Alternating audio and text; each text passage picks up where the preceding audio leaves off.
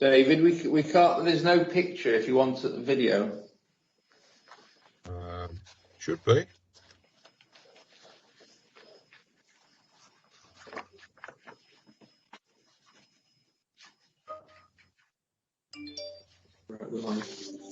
Okay.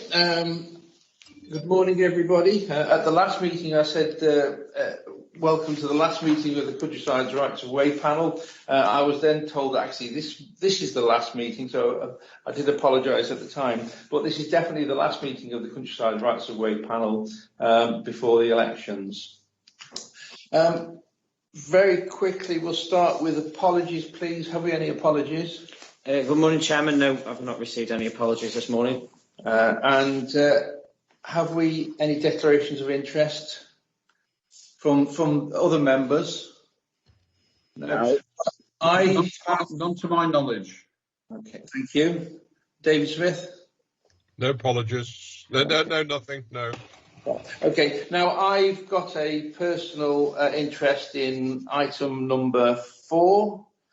So just to be safe, I will be leaving the room and handing over to the Vice Chairman, who's David Smith, for that item, and then back again for item 5. So moving on to item number 3, the minutes of March the 19th. Is everybody happy with them? Yes, true record. Okay, thank you. That being the case, I'll now leave the room and hand over to David Smith. Thank you, David. Thank you, Chairman. Can we take you to item number 4? Sam, I think you're taking us through this item. Yes, that's right. Thank you, Chair, members.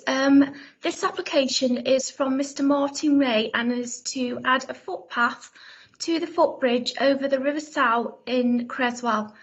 In support of the application, the applicant, Mr. Ray, submitted some 1910 Finance Act material dated 1911, OS maps dated 1888, 1902 and 1925, and lastly, an extract from a book about the River Sow.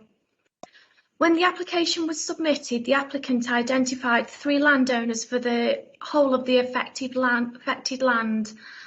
Keepers Lodge joint owners Mr. Henry Italy and Mrs. Amy Italy, along with the owner of Creswell Farm, Mr. John Henry Italy, jointly completed an owner evidence form. They have stated that they do not consider the route to be public. They have had an interest in the land for 75 years and the land has been with the family since the year 1900. They state that they have never felt it necessary to place any signage as no one has ever tried to use the alleged path. They do confirm that the permission is given to use the path for a chapel service once a year. They further state that there are high locked wrought iron gates at the road entrance. The assumption is Eccleshall Road, which are 100 years old but rarely used for the farm. They have advised that on the 1923 OS map, a new parallel path appears 200 yards north of the Eccleshall Road to the same bridge over the River Sow. They assume this path replaced the alleged route. A further owner evidence form was jointly completed by Mr. Henry Italy and Mrs. Amy Italy of Keepers Lodge, Mr. John Henry Italy of Creswell Farm and Mr. Mark William Italy of New Lodge. It reiterates what was stated in the previous evidence form. Mr. Mark William Italy completed a further evidence form disputing a public right-of-way exists. He confirmed that he has had an interest in the affected land for 14 years and no members of the public have requested to use the alleged route. Moving on to the statutory consultees, Creswell Parish Council responded with a letter advising that they were of the understanding that the landowner would be making representations and that the matter was in hand. They had no further comments to make and they have not submitted any evidence which supports or refutes the application. Going back to the evidence submitted by the applicant, the 1910 Finance Act material under the public rights of user section confirms that a deduction was made of £10. In the entry under restrictions, it states that a £10 deduction was made for a footpath. Also in the field book, under the section charges, easements and restrictions affecting market value of fee simple, it refers to public footpaths through enclosures number 63 and 67 Creswell. There is no mention of any other routes or public rights of way in the field book. The plan that accompanies the field book shows a route showing 2 dotted lines going through both plots 67 and 63, corresponding with the entries in the field book.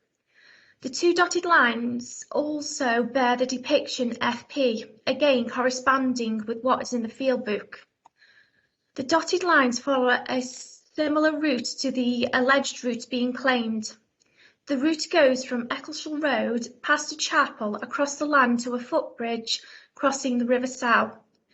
Taking into consideration what is recorded in the field book and on the plan, this gives weight that the route physically existed and was classed as a public right-of-way at that time. Moving on to the 1888 OS map, this depicts a route running from Eccleshall Road up to the chapel, but this is where the route terminates and there is no evidence of a route connecting to the River Sow. There is no annotation to identify the type of route. This supports that there was a physical route in existence up to the chapel at this time, but there is no evidence of a physical route past this point or whether the route was public or private. The 1902 OS map reflects what was recorded on the plan that was part of the 1910 Finance Act material, showing a route depicted by 2 dotted lines from Eccleshall Road running parallel to the chapel and connecting to a footbridge crossing the River Sow. Next to this route is the annotation FP, which is evidence of a physical existence of a way on the ground, but it does not indicate whether the way was public or private. However, considering what is recorded in the Finance Act, this is suggestive that the route was likely to be a public footpath. By 1925, the OS map does not show the existence of a physical route along the alleged right-of-way. The route that is recorded on the 1902 OS map and in the 1910 Finance Act material is not depicted on the 1925 map. This would imply that the route was no longer in existence or in use by this point.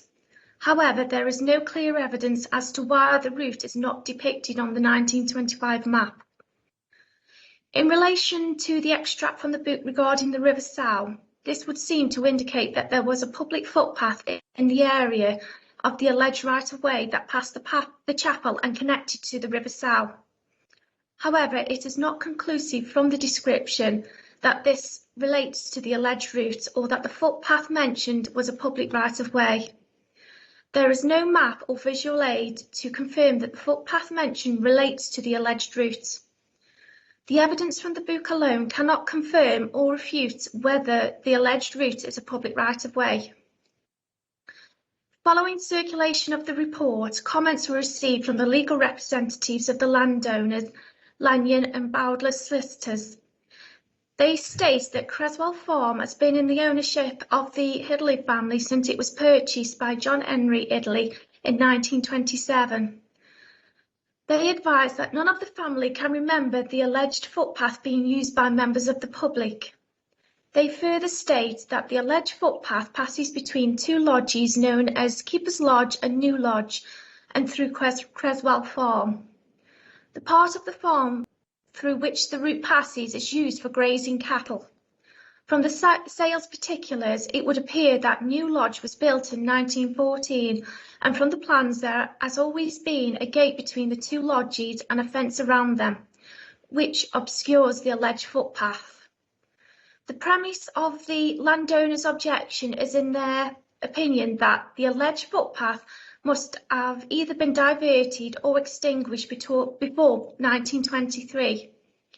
In response to the above comments, officers examined the parish survey cards for the area of Creswell and neither the parish survey cards nor the plans have any reference to a path along the same line as the alleged route. It seems that the alleged route appears on OS maps for approximately 20 years and then the route disappears. However, there is no clear evidence that the route has ever been legally extinguished or diverted. It may be that the route fell into disuse and therefore was no longer deemed a significant enough route to be included on the maps. In this case, there is no additional evidence which would alter the conclusion of the report. And so, in light of the evidence set out, it is officers' opinion that the evidence does show that a public right-of-way with the status of a footpath, which is not shown on the definitive map and statement, is reasonably alleged to subsist. Thank you, Chair. Can I just query under item 11, where we're talking about the parallel path that appears 200 yards away? I mean, as you say, there's no evidence that there was ever any formal transfer and rediversion of the footpath, but it would seem that that would have been a sensible conclusion rather than it going between the two lodges. Do we have anything that we ought to do today? I'm not making I'm asking, not suggesting, whether we should go back to the farmer so that he would actually be able to make an application for a diversion order, or do we go through and take the officer's recommendation and then leave it to him to come back again with the proposal for a diversion order? Do we have anything we should be doing to clarify what that position is? Well, the landowners have made their comments. I can't see that there's anything further that they could add to refute the actual application. It is officers' opinion that it does reasonably allege to subsist. So we could make the recommendation and go forward with that, and then put it to the public when the actual order is made. The landowner and the general public can object to that order when it is made, and they can make further representation then. So that would clarify what the position was about the footpath 200 yards away, and it would come following whatever our decision is today. Yes, yes. Okay, Paul. David, just to go on further from your point, really, we can't amend what we haven't decided on. So really, we have to make a decision today on whether the footpath exists or not. Then we can put it forward to move it as whether it should be diverted. But really, if we look at the three pieces of evidence we've been given, the Finance Act, the OS map, and the field book and plan, it's quite obvious that a path was there at some stage, and once a path, always a path, as the law states, really. So if we look at the lodges were built in about 1914, in those days, if a landowner owned the land, they just built a lodge where they liked. They weren't really particularly bothered whether there's a path there or not, or whether a path was covered up. Times have changed in the last 105 years, really. So perhaps we've got to look at that when we take into effect as well. I believe on the evidence that's been given to us this morning, I'm going to go with officer's recommendation, and I will propose that we make an order. I'll second that, Chair. Well, we have recommendations at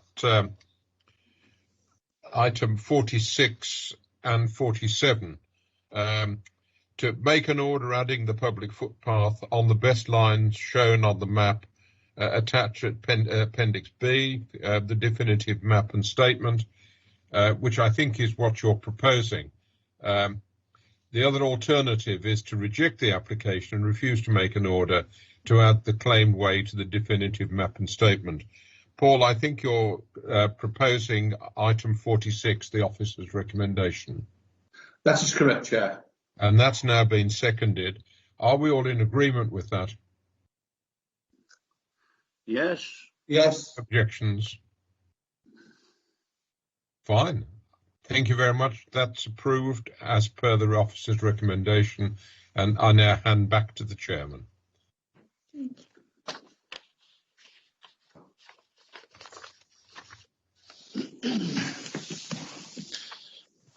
Right, David and members, thank you very much for that.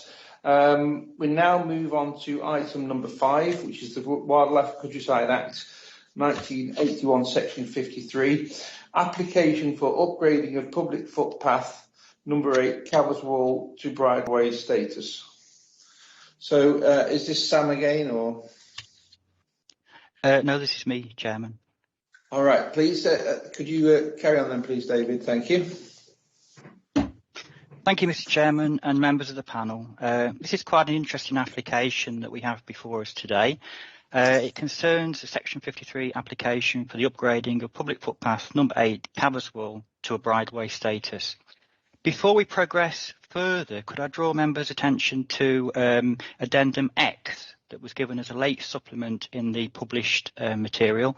Mm-hmm. This was suggested to us by the applicant. The applicant's representative is David Rice, who's acting for Caverswall Parish Council.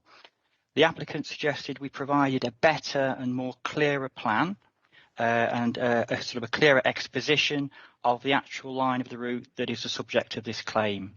So I've included that there in Addendum X, and as you will see, for clarity, it is brought to the attention of the panel that the application route runs between the A520 and the northeast end of Hardywick Lane, which is an unclassified road G1174.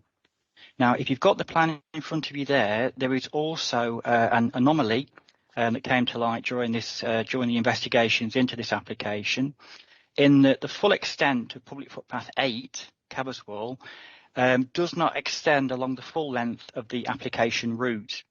If you can see the bottom section of the route, there will be a grey arrow slightly to the right of that route, pointing inwards towards the application line. At that, approximately that point, footpath 8, Caverswall ends. Now, this is the correct line of the public footpath. It's always followed this line. Yet in the statement, it's recorded as running between 2 county roads. Now, clearly at the north end, we have the A520. That's not disputed at all. The bottom end of the route, near the grey arrow, as mentioned there, the termination point of public footpath 8 would in fact create a missing link between the northeast end of Hardywick Lane at point B. So it's brought to the attention of the members and the panel that the last section of this claim route is actually an addition rather than an upgrade. The anomaly seems to exist in the highway record rather than the rights of way record, and this anomaly, although is significant, it's irrelevant actually to this application, but I just bring it to the attention of the panel. I'll go straight into the recommendation. The recommendation for this application is that the evidence submitted with this at Appendix A is sufficient to show that a public bridleway subsists along the route marked A to B on the plan attached at Appendix B. Now, the plan at Appendix B is the same as the Addendum X plan that was given for further clarity. So that is the same route that we've actually based the application on. Point 2, that the order should be made to add the alleged right-of-way shown on the plan attached at Appendix B and marked A to B to the definitive map and statement of public rights-of-way for the district of Staffordshire Moorlands, Caverswall. Okay, turning to point 4, evidence submitted by the applicant. If we turn the page, in support of the application, Mrs. C.A. Howell, on behalf of Caverswall Parish Council, has submitted 24 user evidence forms. And these are attached, I believe, at Appendix C, with an extract from a book called The Spirit of the Place by M.J.W. Roberts. Pages 10 and 11 of this book have been attached as well at Appendix C and given as evidence. A summary of the salient points from the user evidence can be found at Appendix D, and I picked those out from the user evidence forms and I placed them into a table.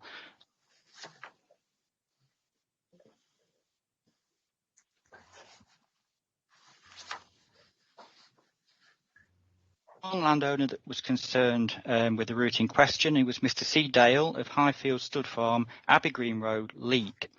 He returned his user evidence form, or rights of way evidence form, stating that he believed that the route in question was indeed a footpath and a bridleway. This is quite unusual in that the landowner himself has admitted, yes, he believes this to be a bridleway and have bridleway status. Point 7, we go to the comments received from the statutory consultees. The Byways and Bridleways Trust, represented by Mr. M. Rowley, picked up instantly upon The Spirit of the Place, the book that was extract from the book that was included with the application, and basically felt we should discount this. I'm inclined to agree with him. Basically, this book is a matter of opinion. It holds really no legal weight whatsoever. It's interesting. It's included because it was given as evidence, and it's interesting because it drops the route into the context of, say, they quote 1,000 years or 1,800 years that this route's existed since Roman times, but its legal probity is very limited. But it's included as we have to include it. Mr. Rowley also went on to mention the 1978 public inquiry into this right-of-way. Now, back in 1978, there was an application and a move to try and upgrade this route to a boat, which is a byway open to all traffic.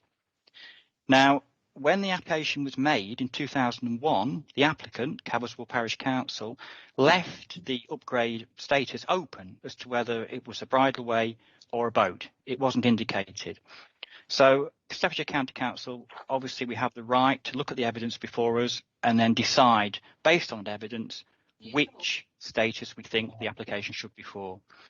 I did this, I looked at all the evidence that was available to us, and critically, this 1978 report where the inspector at a public inquiry in Cheadle threw out the application for this to be a boat, footpath aid.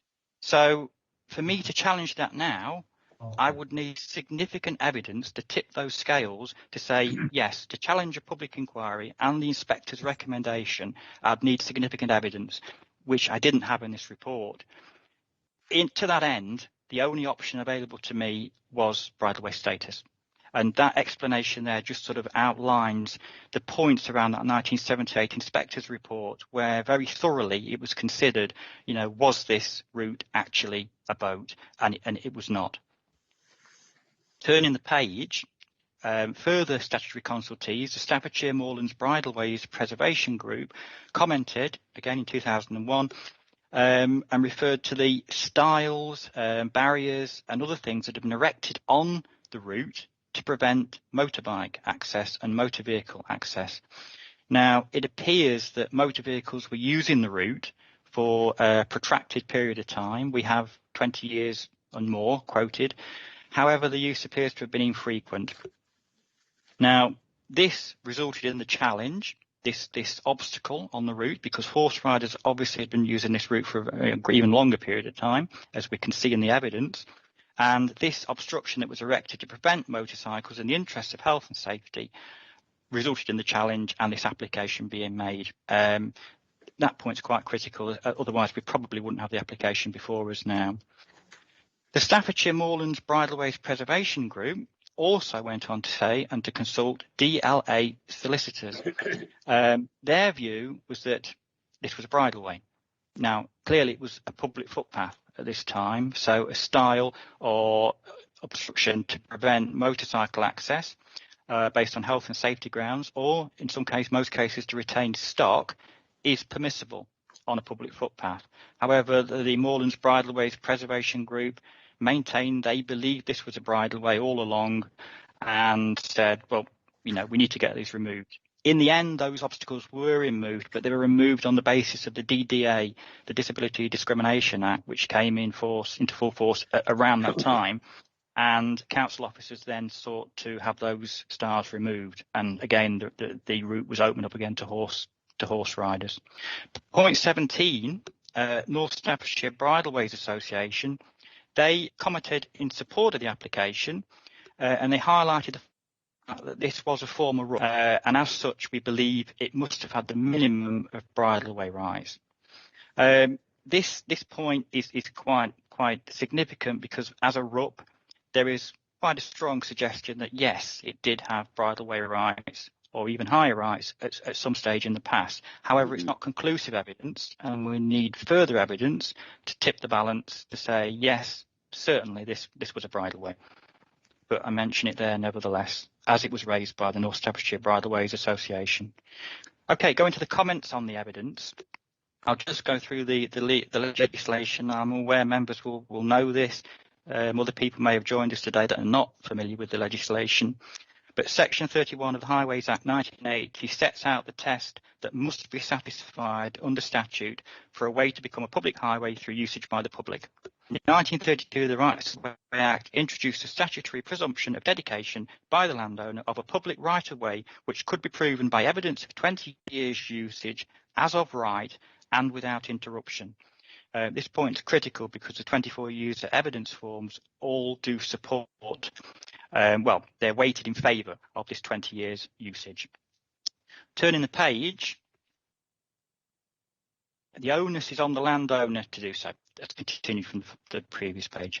Point 20. As the applicant has submitted both historical and user evidence in respect of the claim, then the validity of both needs to be assessed. So basically, how to look at both the historical and the user evidence and see what sort of probity we could attach to both classes, both groups of evidence. And I just clarify there that this is for the upgrade of an existing right-of-way to a bridleway. Goes on to mention there the claim bridleway was originally a RUP. I also mentioned there the 1978 inspection again. I reiterate that fact because it is quite important to the point that we discount any higher rights, i.e. those of a boat, restricted byway. You know, this I think is a bridleway. The 1978 report presented 12 findings of fact, most of those which mirrored the points that I've bullet pointed there. But they also included reference to the Cheadle Auto Club that again said it used the route for a period of 20 years or more. Again, if we'd have had 24 user evidence forms all stating motor vehicle use, then yeah, I would have said, okay, we've got sufficient evidence now to say possibly we can look at considering this for boat status or some higher rise. We didn't have those. We had 24 user evidence forms all indicating quite strongly that this was a bridleway. Okay, point 25. In addition, the British Horse Society claimed the way should have been reclassified as a byway for use by pony and trap or as a bridleway. However, the NFU, on behalf of local farmers and the Pecan Northern Footpath Society and Cabotwall and Warrington Parish Council, opposed these proposals at that time, favouring the status of a public footpath. If we turn the page, we go to other evidence that we have here. We've got the Tuke and Yates maps of 1798, and they show the route marked by double dotted lines. Okay, the inspector concluded these as indicating an unenclosed cart track. On both maps, the route ends at a brook where Cabotwall Common begins. We've also got the 1840 Ordnance Survey map shown there and the Finance Act maps of 1910. Now, I can draw members' attention, or should draw members' attention to the other addendum, which was evidence supplied by Mr. David Rice, again as a representative of Cabotwall Parish Council.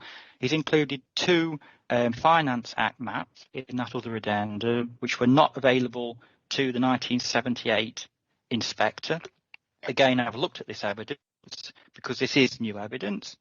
In my opinion, in my interpretation of that evidence, I can say that it shows there is a right-of-way there. I don't think there's enough there to say that it's a vehicular or a right that holds higher rights than bridleway status. It doesn't really tell us, in my interpretation, enough to actually turn around that 1978 inspector's rejection of the boat status, but it's mentioned nevertheless. If we move to point 27, got the summary there of the 1978 report, and point 28 is that the classification, this is quite critical because in 1978 the classification of a bridleway was never considered. So why this was the case it's difficult to sort of ascertain.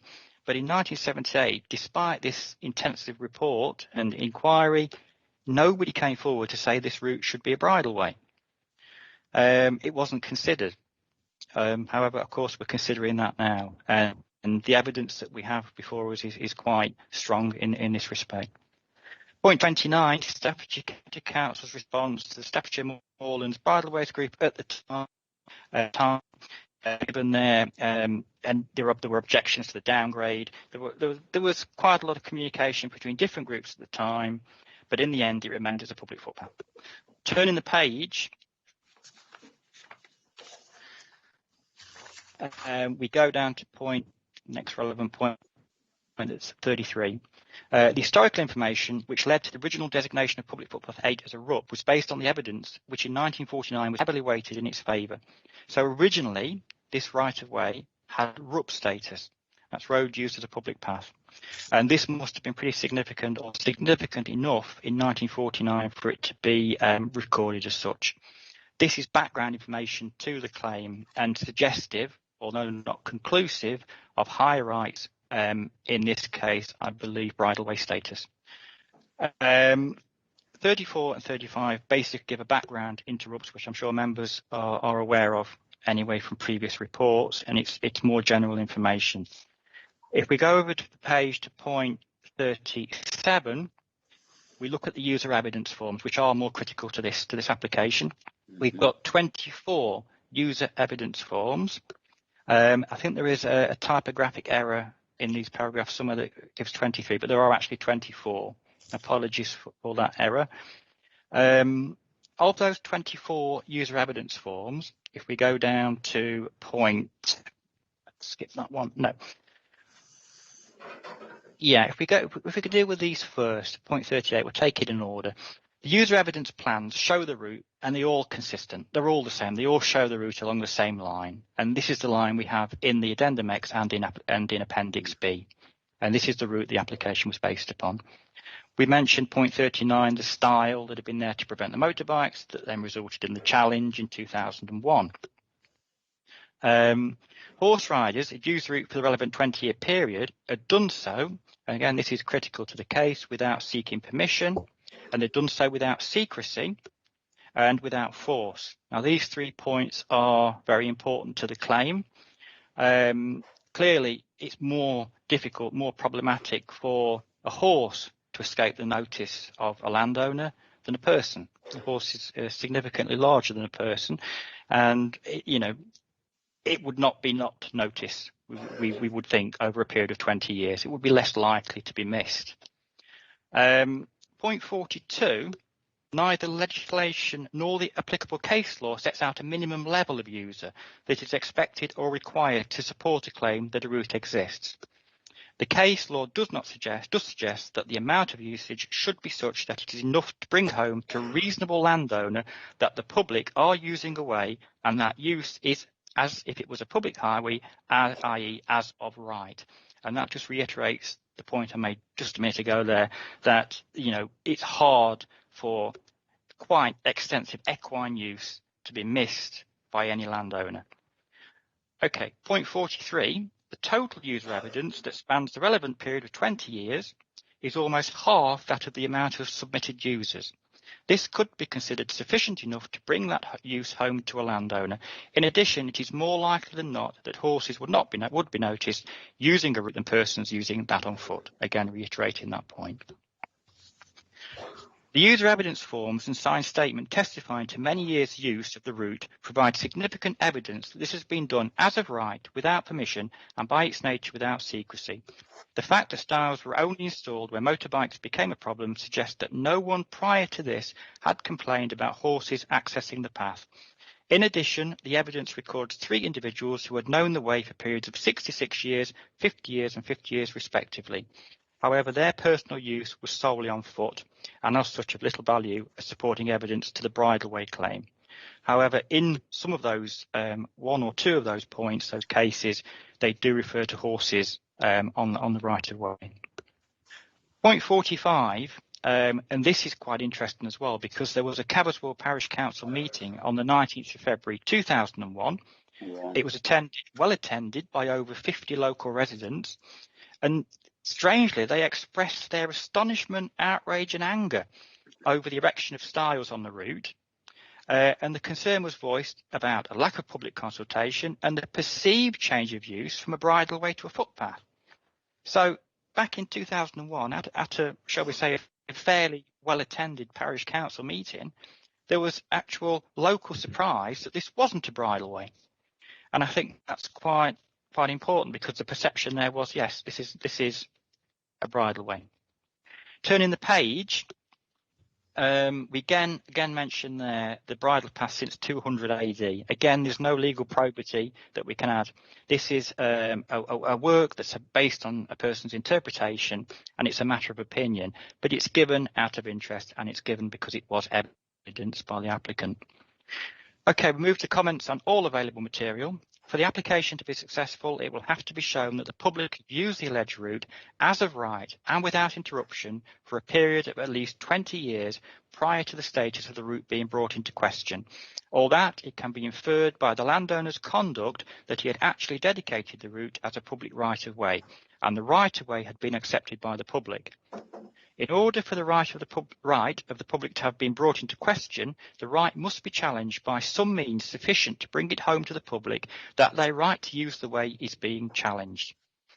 There was an identifiable challenge to the public's use of the claim route in 2001 as outlined in this report. Accordingly, the requisite 20-year period of use should be calculated retrospectively from this date. Point 49, there is some evidence to support higher rights than those applied for, given the original classification of the route as a RUB. However, the public inquiry of 1978 rejected its reclassification as a byway open to all traffic. And again, I can't stress that too many times. It was rejected in 1978, and no one raised the matter since. The material, when taken together, appears to be consistent, and the landowner's evidence, as the landowner himself, supports this, that the route's usage was as a bridleway. We go to the burden and standard of proof. With regard to the status of the route, the burden is on the applicant to show that, on the balance of probabilities, that it is more likely than not that the way subsists. Now, I feel that the applicant has actually done this quite successfully. I think the evidence there is strong and persuasive, and that's mirrored in my recommendation that this route should be upgraded to bridleway status. If we move down to the summary, we can see the legislation there, the legal points which members will be aware of.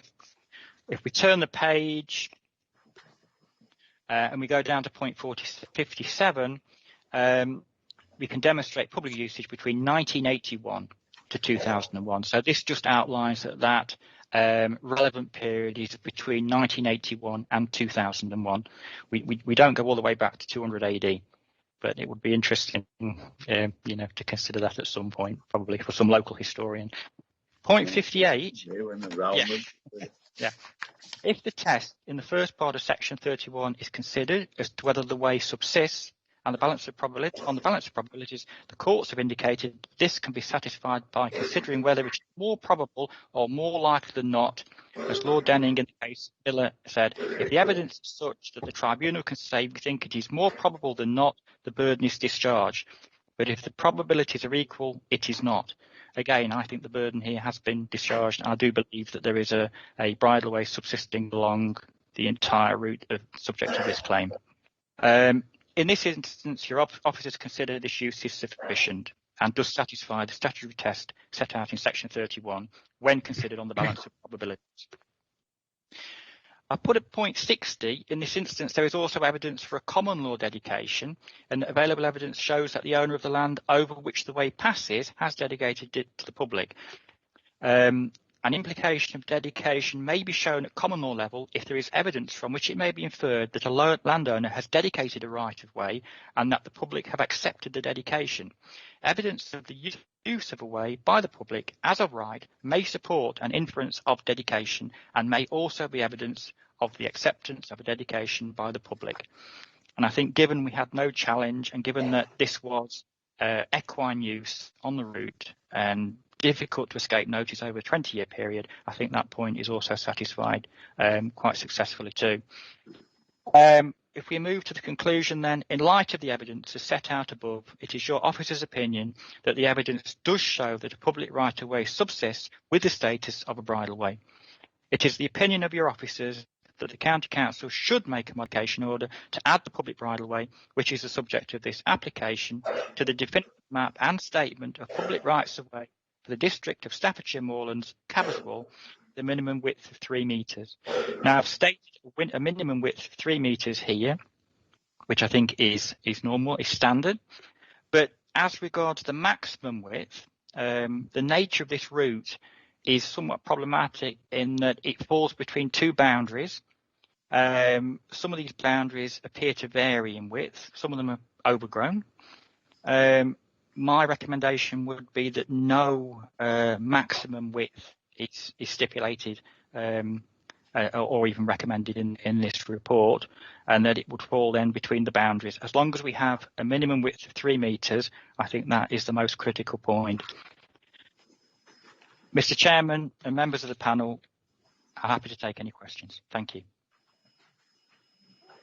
Thank you, David, for a very comprehensive report and very interesting as well. And we now know what the Romans did. So, yes. So I've got David Smith has got his hand up. Yeah, Chairman, I'm quite happy to propose the officer's recommendation with a comment, really. I know it's inevitable that this is the way that we're having to deal with retrospective reports that go on. And I'd look at item 48, where we're looking at something retrospective from 20 years ago. So we're actually looking at evidence between 20 and 40 years old. It does worry me that we're not looking at evidence relating to the current situation, but the situation as it was of then. I know we have no choice but to do this, but it always leaves me when it comes to a report feeling a little uncomfortable. But I'm happy to propose we accept the officer's recommendation. Thank you, David. And Paul Snape, please. Chair, I'd like to thank David for an excellent report. Points I'd like to consider: as of right, without permission, without secrecy, all those are well covered. We've got the common law rights. We've got evidence has been well presented, and I will gladly go with David's proposal. We've got sufficient for the 20-year usage. We've got the user forms, everything. Thing I'd like to emphasise: it says in the 78 report, 20 feet, 25 foot wide, but only 8 feet are usable. So I also go along with David's suggestion that we don't put a maximum on it, because really we don't know how much will be usable after all these years. But I would propose that we go with Officer's recommendation, and this is goes on the map as a bridleway. Thank you, Paul. So we've got a proposer in terms of David Smith, seconder in terms of Paul Snape. Alan, do you want to say anything? Nothing really. I'm just wondering what regarding the width. Does David consider that 3 metres is sufficient? Has it been as a bridleway with horses and perhaps and the public passing one another? Does it? Yeah, Mr. Chairman, yes, it is the standard width. Oh, it's a standard width. Yeah. I'll accept that. Once again, along with David and Paul, I'll support the application. Okay, before we make a final decision, Paul, do you want to speak? Just having courses, 3 metres is ample really for passing. Most bridleways are less than 3 metres, so 3 metres should be ample. Very good. Wonderful. Okay, and so everyone agrees, myself included, with the report recommendation. So we'll accept the application to upgrade to a bridleway on this route. So thank you very much, members, and Sam and David, thank you so much for presenting, and all the people behind the scenes who are working hard. Can I thank you for work you've done in my time as chair so far. And can I please ask that you pass my regards, and I'm sure those of the panel, on to Mick Murphy, and hope he's slowly getting better. Thank you. Okay. We'll now move on to exclusion of the public, and I have to read out a sentence. That the public be excluded from the meeting for the following items of business, which involve the likely disclosure of exempt information as defined in the paragraph of Part 1 of Schedule 12A, brackets as amended, of the Local Government Act 1972 indicated below. So we'll wait now just for the public meeting to finish.